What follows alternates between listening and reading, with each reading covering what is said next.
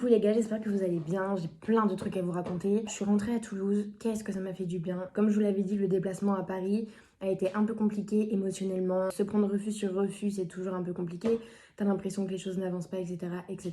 Mais bon, faisons la part des choses, ça c'était la semaine dernière, même si on remarque quand même les séquelles de ma fatigue et de mon investissement acharné. Je fais des petites blagues, mais voilà, pour ceux qui ont regardé les deux vidéos de la semaine dernière, franchement ça a été quand même très difficile pour moi, parce que je m'attendais à quelque chose de plus simple. Comme je vous l'ai dit, il y a une personne de ma classe qui a trouvé une alternance à Toulouse, ça m'a grave remotivée et aujourd'hui j'ai une bonne nouvelle. Ce n'est pas une alternance mais c'est une bonne nouvelle et toutes les bonnes nouvelles sont bonnes à prendre. Il y a environ 3 semaines, j'avais contacté une architecte sur Toulouse. Je lui avais envoyé mon mail et je l'avais appelée juste derrière. Au moment où je l'ai appelée, elle était en train de checker mon book. Et finalement, très naturellement, on a commencé à parler de chaque projet de mon book. Je sais plus si je vous l'avais dit. On s'est fait un petit entretien à l'improviste et franchement, c'était un super échange. Pour la faire courte, elle m'avait dit qu'elle contacterait Christelle. Vous savez, c'est l'assistante qui suit les élèves en recherche d'alternance à l'école, etc. L'intitulé de son poste, c'est chargée de communication avec les entreprises. Mais en vrai, elle nous assiste, donc moi je dis assistante. Elle m'avait dit qu'elle contacterait Christelle par mail, etc.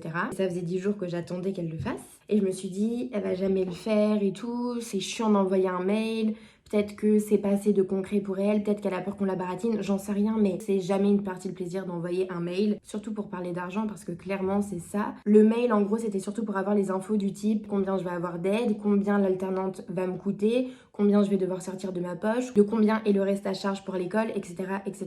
C'est des renseignements que les entreprises ont un peu du mal à aller demander parce que pour eux, c'est tout de suite une contrainte. C'est en ce sens où j'avais un petit doute sur le fait qu'elle envoie le mail. Bref, le fait est que aujourd'hui j'ai eu un rendez-vous avec donc Christelle et donc l'architecte lui a bien envoyé un mail auquel elle a répondu jeudi ou vendredi, je sais plus. Et donc écoutez-moi bien, je suis rentrée chez moi il y a 20 minutes, il y a 10 minutes Christelle m'appelle pour me dire que donc Christelle a l'architecte au téléphone, elle lui dit que je suis un super profil, elle lui dit que je lui coûte tant, elle lui dit, bref, en gros elle essaye de me vendre au maximum. Vraiment elle est incroyable, elle m'a vraiment dit ça comme ça au téléphone, elle m'a dit je t'ai vendu au maximum et tout. Et donc là l'archi lui a dit mais en fait c'est hyper intéressant, le seul problème c'est que je sais pas si la masse de travail que je vais avoir cette année va suivre. La suite de ça, c'est 2 points positifs. Le premier point positif, c'est qu'elle veut me rencontrer. Et le deuxième point positif, c'est qu'elle rappelle Christelle début de semaine prochaine parce qu'elle aura eu un rendez-vous avec un de ses plus gros clients. Donc, elle verra si elle va avoir du taf ou non. Donc, c'est le moment où il faut croiser les doigts, vous comprenez? C'est le moment où il faut prier la bonne étoile. C'est le moment où il faut envoyer des vibrations de positivité. En fait, c'est le moment où tout se joue. Je me suis rendu compte de quelque chose. C'est que du positif. Pourquoi? Parce que l'architecte, qui est donc à Marseille, je le rappelle, elle vient de savoir combien j'allais lui coûter exactement. C'est-à-dire 453 € par mois. Et pourtant, vous voyez, l'alternance, ça fonctionne en paliers. C'est-à-dire que les paliers de rémunération de l'alternant sont élaborés en fonction de l'âge de l'alternant. Je vais essayer de vous mettre le tableau ici.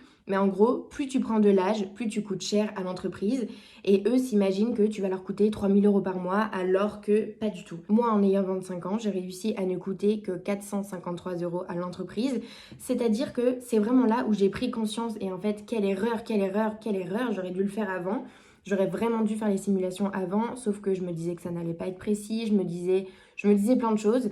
Et finalement, aujourd'hui, avec Christelle, on a regardé exactement combien je coûte à une entreprise et je reviens à l'entreprise à 453 € par mois. Je sais pas si vous vous rendez compte. C'est-à-dire que pour une entreprise, c'est plus intéressant de me prendre en alternance que de me prendre en stage. Donc vu le nombre de stages qu'on m'a proposé quand j'appelle une entreprise pour lui dire que je cherche une alternance, je pense vraiment que les entreprises ne sont pas au courant que l'alternance leur revient à moindre coût. Genre vraiment, c'est rien du tout. Voilà, je suis très contente de cette nouvelle et je voulais trop partager ça avec vous parce que je viens de rentrer, parce que Christelle m'appelle direct, parce que j'aime trop vous raconter ma vie. Et là, peut-être que vous êtes en train de vous dire, mais t'es en train de chercher à Marseille alors que t'habites à Toulouse. Comment est-ce que tu vas faire? Puisqu'évidemment, il n'y a plus de place dans l'école de Marseille, je resterai à l'école de Toulouse. Il faut savoir que du lundi au jeudi, je serai en entreprise et que le vendredi, je serai à l'école. Vous vous doutez bien que je me suis renseignée. Marseille, Toulouse, en train, c'est 4 heures de transport. Ça veut dire que le jeudi soir, je saute dans le train à 18-19 h. J'arrive à Toulouse vers 22 h maximum. Je dors ici le jeudi soir et le vendredi matin, école. Soit je décide de passer mon week-end à Toulouse, soit je décide de passer mon week-end à Marseille. Quoi qu'il en soit, que je rentre le vendredi soir ou le dimanche soir à Marseille, je suis opérationnelle le lundi matin pour recommencer la semaine d'alternance. On a trouvé ce meuble dans la rue, sauf qu'on l'a trouvé sans porte. Alors on avait déjà une étagère d'origine et hier on a coupé du bois dans du bois de récup qu'on a trouvé et on s'est fait 2 étagères en plus. On s'est installé la chaîne IFI juste ici. Là, bon, c'est pas encore très rangé, mais on a nocé CD. Et en bas, on s'est fait une petite bibliothèque. Et comme on a mis la table là-bas, on a remplacé la table dans la cuisine par ce petit meuble. Là, comme vous voyez, la cuisine est vide, on a énormément de place. Et tout à l'heure, il faudra que j'aille récupérer un colis. Je vais vous emmener avec moi parce que c'est les nouvelles chaussures que j'ai achetées. Pour rappel, les seules baskets que j'ai, elles avaient des trous de chaque côté de mon pied parce que c'était des chaussures en tissu, vous savez, c'était des New Balance. Je vous mettrai une petite photo là. Donc voilà, on va aller les chercher parce que ça fait quelques jours déjà qu'elles sont au point relais. Et j'ai pas très envie qu'elles repartent avant que je sois allée les récupérer. Regardez comme il fait super moche.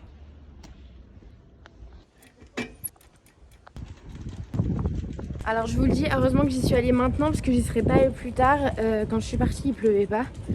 Et là, il pleut. Bref, du coup, c'est bon, j'ai mon colis. Ok les gars, du coup, je vous cale ici. Je vous fais l'unboxing, comme ça, je suis à côté de la lampe. Parce que si je mets l'énorme lumière, elle vient direct sur moi. Comme c'est pas une luminosité qui est agréable, je vous mets là. La vendeuse m'avait dit qu'elle enverrait les chaussures dans la boîte d'origine parce qu'en fait pour négocier le prix, je lui ai dit que je voulais les offrir à ma petite sœur pour Noël. Alors elle, je suis désolée mais c'est pas un cadeau pour toi. Si vous voulez négocier sur internet et avoir les vendeurs par les sentiments, vous leur dites que c'est un cadeau pour quelqu'un de votre famille, genre votre mère, votre père, votre petite sœur ou ce genre de truc et ça fonctionne toujours. Bon bah voilà, du coup elles sont comme neuves, franchement je suis trop contente. C'est vraiment rare que j'achète des chaussures de seconde main. Elle les a peut-être portées une fois ou deux, franchement elles sont nickel. Par contre j'ai l'impression qu'elles sont énormes, genre vraiment j'ai l'impression qu'elles sont énormes. C'est bien la bonne taille. Normalement c'est du 39 un quart, parce qu'ils font pas 39 tout court. Pardon, 39 un tiers, c'est du 39 un tiers. J'ai aussi les lacets vert foncé et je pense que je les mettrai. Je crois que je préfère les verts foncés. Les verts clairs, ça fait peut-être trop... Je sais pas, vous en pensez quoi? Moi, je crois que je préfère les verts foncés. Il y a une légère trace ici, je sais pas si vous la verrez. Moi, je la vois. Je vais les essayer quand même parce que c'est important. Je pense même que je vais les essayer avec ma semelle parce que normalement, moi, je fais du 39 et comme là, c'est du 39 un tiers. Putain mais ça fait un énorme pied. Normalement cette taille me va parce que quand je suis allée en magasin, je crois que j'étais allée chez Courir ou Foot Locker. J'avais déjà essayé ce modèle, alors pas de cette couleur, là c'était bordeaux, c'était hyper joli aussi. J'avais pas du tout envie de les acheter à 120 €, c'était beaucoup trop cher. Celles-là je les ai eues à 82 € sur Vinted avec les frais de livraison, donc franchement c'est rien du tout. D'habitude, je porte des semelles que je mets dans mes baskets. Baskets que j'ai prises avec moi à Paris quand je suis allée chez Mamé et que j'ai laissées là-bas parce que justement, je savais que quand je revenais ici, j'aurais celle-ci. Sauf qu'en fait, avoir laissé mes baskets à Paris, c'est pas vraiment un problème. Par contre, avoir laissé mes semelles dans mes baskets qui sont toujours à Paris, ça c'est un problème. J'avais complètement oublié, en fait ça fait 4 jours que je porte plus mes semelles du coup. Je pense que je serai encore mieux avec mes propres semelles. Depuis hier j'ai quelques nouvelles. J'ai reçu un mail de l'architecte de Marseille et en fait elle m'a appelé ce matin. Sauf que j'ai pas vu son appel donc là je vais la rappeler. Ça y est, je l'ai eu au téléphone. Ça s'est très bien passé comme vous pouvez le voir sur mon petit sourire. Attendez, je sais pas par où commencer. J'ai pris mes petites notes et tout. Et attendez. En gros, je vous explique. Elle cherche une personne. Cette personne, c'est moi. Elle m'a décrit une sorte de fiche de poste, c'est-à-dire ce qu'elle attendrait de moi si je travaillais avec elle, en termes de projet, en termes de collaboration, en termes de communication, bref. En mode, elle m'a un peu décrit le profil type de la personne avec qui elle aimerait travailler. Et elle ne le sait pas encore, mais cette personne, c'est moi. Je vous parle un peu de la fiche de poste. Il y aurait faire des moodboards, faire des plans techniques, faire des plans, faire des 3D, des rendus, etc. Elle m'a dit qu'elle apprenait Revit. Apparemment, t'as un plug, genre si tu mets Enscape sur Revit, si tu changes un truc sur ton plan sur Revit, ça le change et sur ta 3D et sur ton rendu final. Elle m'a dit que son but c'est d'apprendre Revit pour pouvoir justement gagner du temps et ne pas être obligé de reprendre un truc sur ton plan, le reprendre sur ta 3D et ensuite reprendre ton rendu. T'as plein d'architectes qui sont habitués à travailler de la même façon depuis des années, ils sortent pas spécialement de leur zone de confort, etc. Sauf que là, pas du tout et franchement j'adore son profil. Au vu de ce qu'elle vient de me dire, elle est hyper dynamique, elle sort de sa zone de confort et elle essaye de créer tout le temps. Elle est tout le temps dans l'amélioration de ce qu'elle fait ou de ce qu'elle doit faire. Pour moi c'est rêver, ça veut dire que j'apprends avec une personne qui apprend aussi. C'est un peu difficile de vous restituer exactement ce qu'elle vient de m'expliquer parce qu'on est resté une demi-heure au téléphone. Elle me racontait son histoire, elle me racontait voilà qui elle était parce qu'elle voulait que ça me plaise aussi. En tout cas voilà, elle voulait que je puisse avoir toutes les informations nécessaires à ma prise de décision, genre est-ce que moi aussi ça me convient ou pas. Et en fait je suis trop contente sur un truc et je vous explique pourquoi. Son entreprise étant jeune, il y a une communication à développer sur les réseaux, il y a plein de choses à faire en termes d'image, en termes d'identité de marque, enfin d'entreprise. Je sais pas où est-ce qu'elle a vu que je faisais des vidéos.